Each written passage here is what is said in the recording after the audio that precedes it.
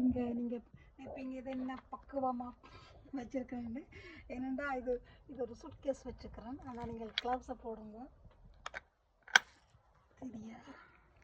என்ன பொக்கிஷம்னு நீங்கள் பார்க்குறீங்க? பவுனா பொன்னாண்டு, தங்கமா பொன்னாண்டு உண்மைதான்.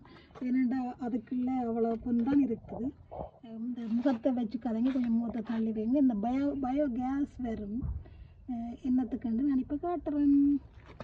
இங்கே பாருங்க, இதுக்கு க்ளவுஸ் போட்டு தான் எடுக்கணும். இது வந்து அந்த கழிவுகள், என்ன வீட்டு கழிவுகள், ஆனால் அந்த மணக்கும் இலையானகள் வர மாட்டேன் தாண்டி நான் சூட்கேஸுக்கு வச்சுக்கிறேன். இதுக்கு வரும் நிறைய புழுக்கள்லாம் தேவை இந்த மண்ணுக்கு.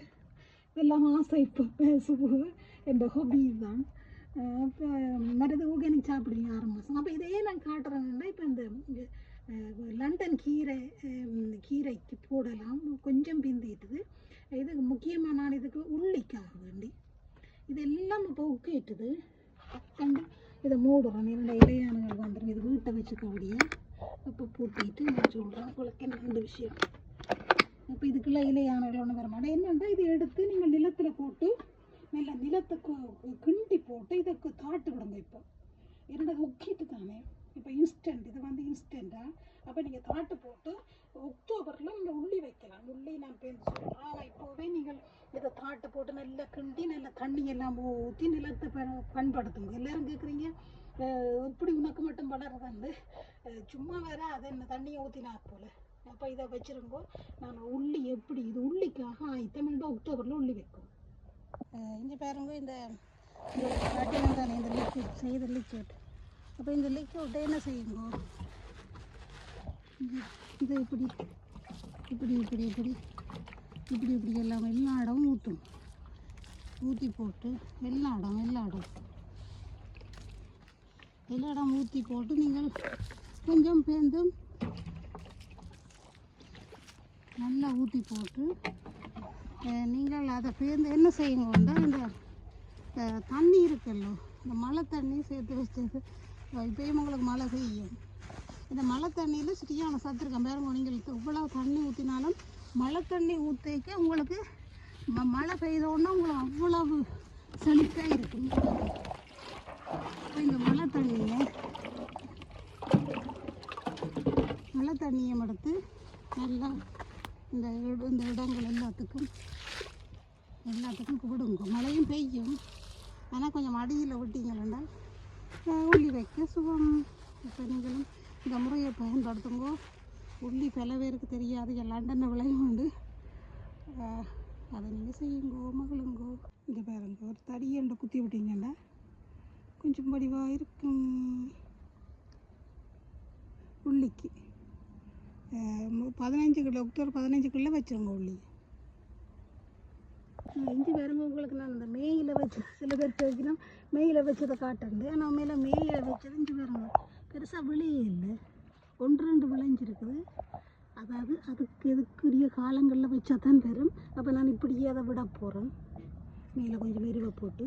ஆனால் இந்த அக்டோபரில் வச்சா தான் உள்ளி குளிருக்கு தான் அது விளையும். இங்கே பாருங்கள், லண்டனில் இருக்கிறார்கள், ஐரோப்பிய நாடுகளிலும் இருக்குன்னு நினைக்கிறேன்.